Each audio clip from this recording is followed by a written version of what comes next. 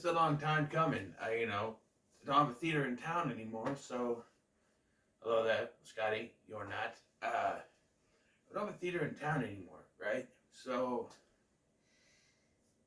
I have to wait. And also, this was pushed back because of COVID twice, I believe, until finally coming out earlier this year, right?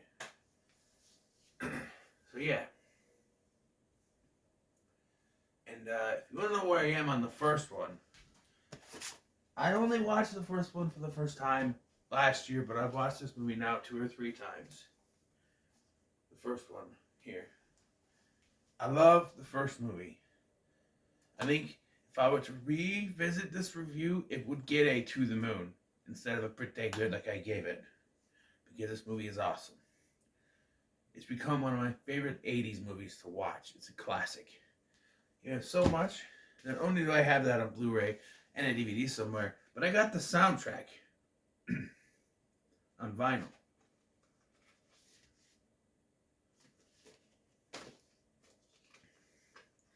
With a red vinyl record. Red. And I've listened to this soundtrack many times.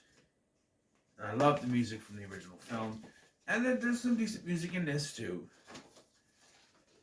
And I've heard a lot of people say that Top Gun Maverick is better than the original. I'm here to say it's good. It's a great movie. I just don't think it beats the first one for me, personally. And it's not nostalgia. It's not because I grew up with it, because I only watched it last year for the first time. There's something about movies from the 80s that make them sort of timeless. And Top Gun is one of those.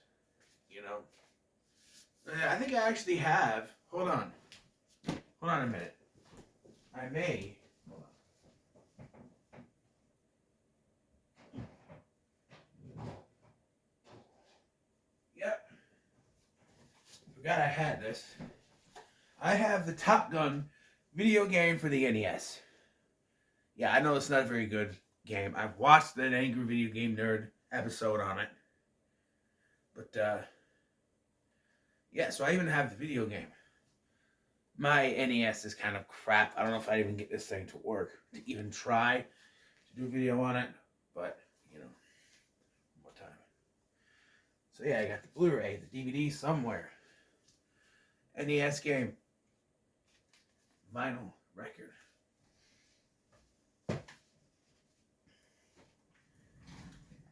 And,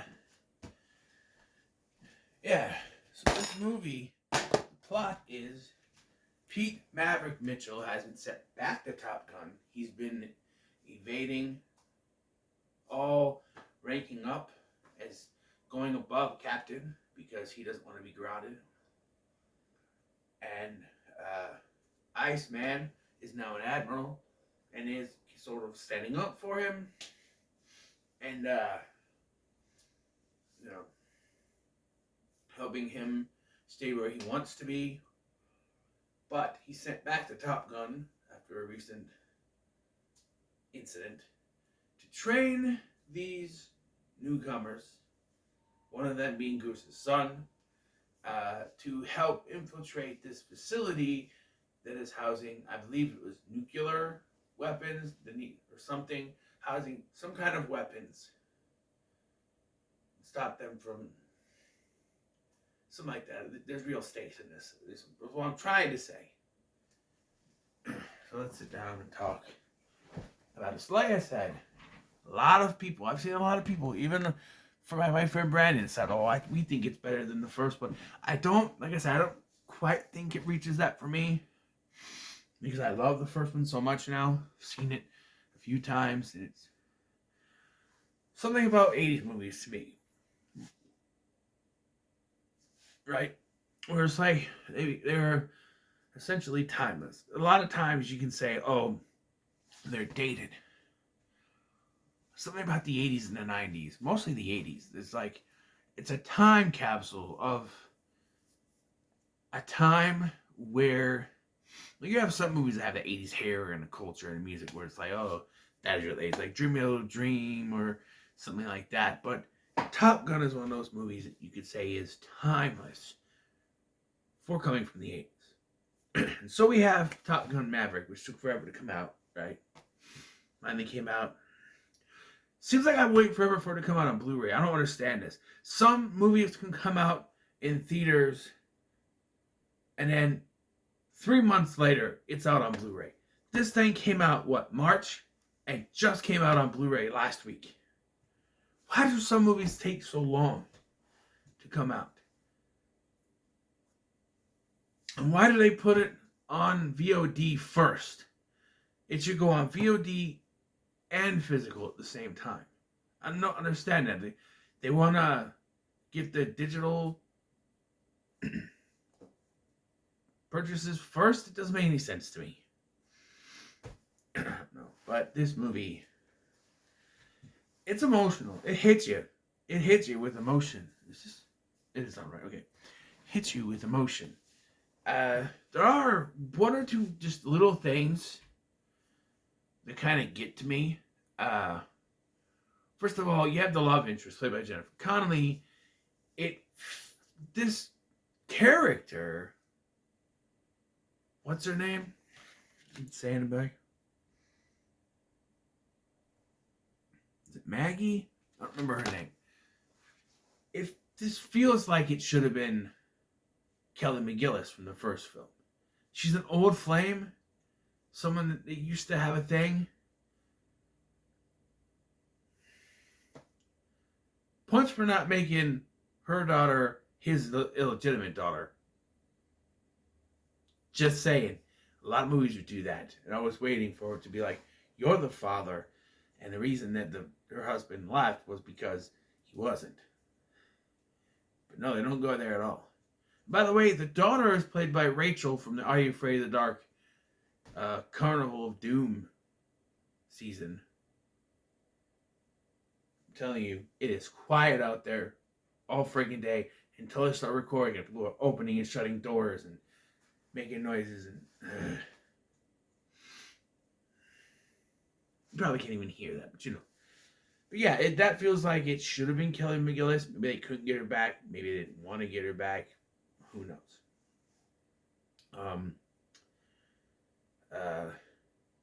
Another thing is Meg Ryan's character from the first film, as I didn't hear, they killed her off with cancer.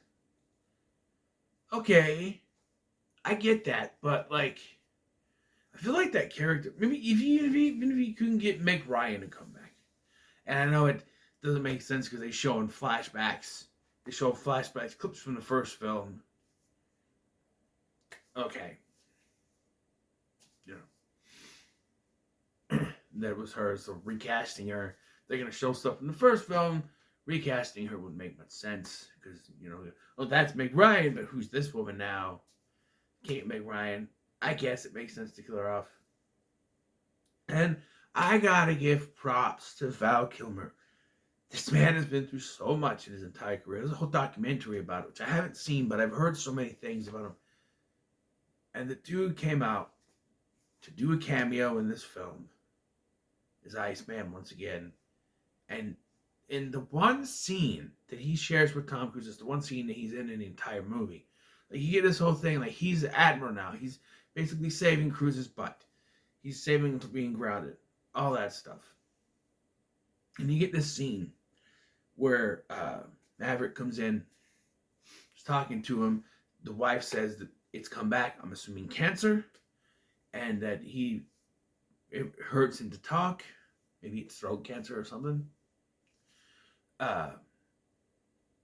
So he's typing on this thing, because you see he's getting text from him earlier in the film, so he's typing on this message, these messages, and it's basically, and I'm like, is this all we're gonna get? We're not gonna get any voice, but there is some speaking, and it's a powerful scene for me. I teared up, especially later when they have his fucking funeral. Yeah, Iceman dies. And I guess it's sort of poetic. Like, you can go your whole life fighting in dogfights, being in the air and fighting in F-15s and F-14s, 8x10s, whatever, and you're taken by cancer. I guess that's, you know, you could be the world's strongest man. You can have this a million medals for fighting and honor, and that's what gets you, right? It's almost poetic. But there's also a problem. Not my problem personally. The only other, I did say there was a couple things. The other thing I have is, it's a bit of a nitpick. But as soon as they show that Iceman has passed away, the John Hamm's character, who's basically a replacement for Strickland, the guy from Back to the Future, basically that's his replacement in this movie. There's several replacements, okay? He's the replacement for the Strickland guy from the first one. The character Hangman is basically the new version of Iceman with Rooster, Miles Teller's character. By the way, Gun Powell plays Hangman. Miles Teller's character, Rooster, is the son of Goose from the first film, and he's basically the replacement for Goose with a little more character development where Goose didn't have much. You saw he had a family. That's it. And, yeah. And there's also that kind of rivalry between Rooster and Hangman. It also makes it Maverick and Iceman. So it's kind of like that. You know what I mean? I do like these new recruits they got in. They bring it in. And because I was afraid when they showed trailers and stuff, they're going to be new recruits. I'm like, oh, here we go. It says Top Gun Maverick, but we're going to focus on all these. No, there isn't even balance, really. I mean, the movie is mostly about Maverick. It's his personal journey. So it's not like, you know, if it was called Top Gun 2, that's what I would expect. But it's Top Gun Maverick. And you get that. It's about Maverick. It's not training a bunch of new recruits and Maverick is there. No, it's training a bunch of new recruits, but Maverick is very much at the center of this. He's teaching them. And another thing, I do feel it's rushed because like, oh, we have this many days, and like, nope, no, we have 10 days, and it's getting faster. And like, yeah, and again, John Hamm, right, has Maverick teaching them. As soon as he pulls Maverick out, he completely changes every single facet of what they're going to do. You're going to do it with this way, you're going to do it this fast, you're going to do it like this, changing everything that they've been taught with very little time to fix it. Why would you do that? I understand that you and Maverick butted heads, right? And you don't want to go with whatever he did. But in this little bit of time, they've been trained in every single way that Maverick has trained them. And now you're going to change it, which it doesn't really go anywhere because Maverick himself, which I figured was going to happen, ends up leading the group. And I'm like, because it shows at the beginning that Maverick has taken it to the extremes. He's going not to take from Captain Marvel, but higher, further, faster. And this is a problem. And I was for sure. I thought Maverick was going to die. Because there's a point. They're all flying up there. You know, they get ready to go. He calls out who he wants, leaving Hangman behind as backup. So he's waiting. He's in his F-18 waiting to get called out. And during this mission, he doesn't get called out. Well, wait, let's just wait. And they go out. Rooster is his wingman, of course, just like Goose was. Although, I thought the wingman was behind. I don't know. Maybe it was just the F-14s. Who knows? So you're flying out there, and they get in a dogfight. You know, that whole thing. Maverick gets hit. They say, I don't see your parachute. And I'm like, here we go. He's going to be dead. And John Hamm just can't help himself. You got to come back. No, there's no time. There's no time. No, you got to come back. I'm sorry, but fuck you, John Hamm. All right, you have been against Maverick this entire time, and you are willing to let him die. Your mission is complete. That's all you care about, right? Right? No. Rooster has the gumption and the smarts to go after him. Although Maverick's not happy when he finds out, and he's like, "You were supposed to go back. You could be on that helicarrier, on that carrier, whatever, right now." And I'm like, so then it becomes like sneaking into this place and stealing an F-14 and flying out. He hurts his landing gear right away, so that's going to cause a thing. And then there's other fighters coming after them, and they waste all their ammo taking care of 2 of them. And then 1 right on the nose.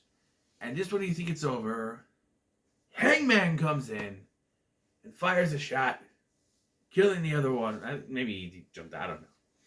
They're getting ready to eject. And it doesn't work, which of course calls back to the first one where it flew out, but didn't get enough altitude, and that's how Goose died. But yeah, there was a scene earlier in the film that does draw emotion, because it's when there's a little goofing to it at first, because Maverick is there, he's hitting on Penny, that's her name, and then she's making him pay for all the rounds in the bar. And then he gets kicked out. And as he's going to leave, he hears Rooster singing Great Balls of Fire. Which, I'm guessing that Maverick was in his life for most of it. Until a certain point. They say that they fell out. And the trailers made you think that they fell out because what happened to his father. That's not it at all. It's because he held it back, because he promised his mother on her deathbed she wouldn't let him fly. Yeah. And you get a flashback to the first movie, you know? Yeah. And then you get the scene where they're all like, yeah, at the end. And yeah. And of course, at the end, Maverick and Penny get together. So, yeah. He said he wasn't leaving this time. And yeah. And you gotta love the action scenes. Again, just like the first one, it's real jets, real fighter jets, not CGI. The action is good. The music is good. They bring back Danger Zone at the beginning of this. And that's really the only song from the first one. I wish they would have ended with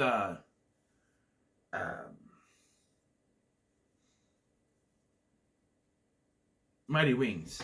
There's like a little credit thing that plays. And look, this and the Marine 6, alright? I get the Marine 6 was a tribute. So that maybe a little set of a song. But this is the end of the movie. It's the credits showing the characters. Like, even Marine 3 had the sense, it's right here actually, to have that kick-ass song from 12 Stones at the end. You got the sappiest song playing during the credits showing the people. That should have been Mighty Wings. That should have been Mighty Wings. Dun, dun, dun, dun, dun, dun, dun, dun. There's a raging fire in my heart tonight, growing higher and higher in my soul. Just imagine that. Somebody needs to put that on YouTube and edit it and get past the copyright, where you edit Mighty Wings over the end credit thing. Yeah, that will work better, but you know. This movie was great. I'm going to give it, you know what? I'm going to say that Top Gun Maverick goes to the moon. I didn't have to catch it because it was just this slip cover. So that's yeah. I think it's just about as good as the first one.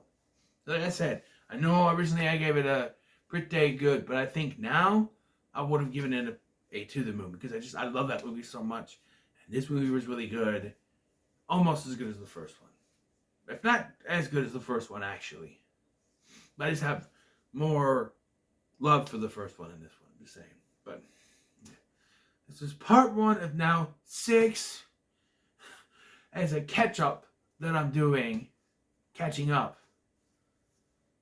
Originally it was Top Gun Maverick, Bodies, Thor, Love and Thunder,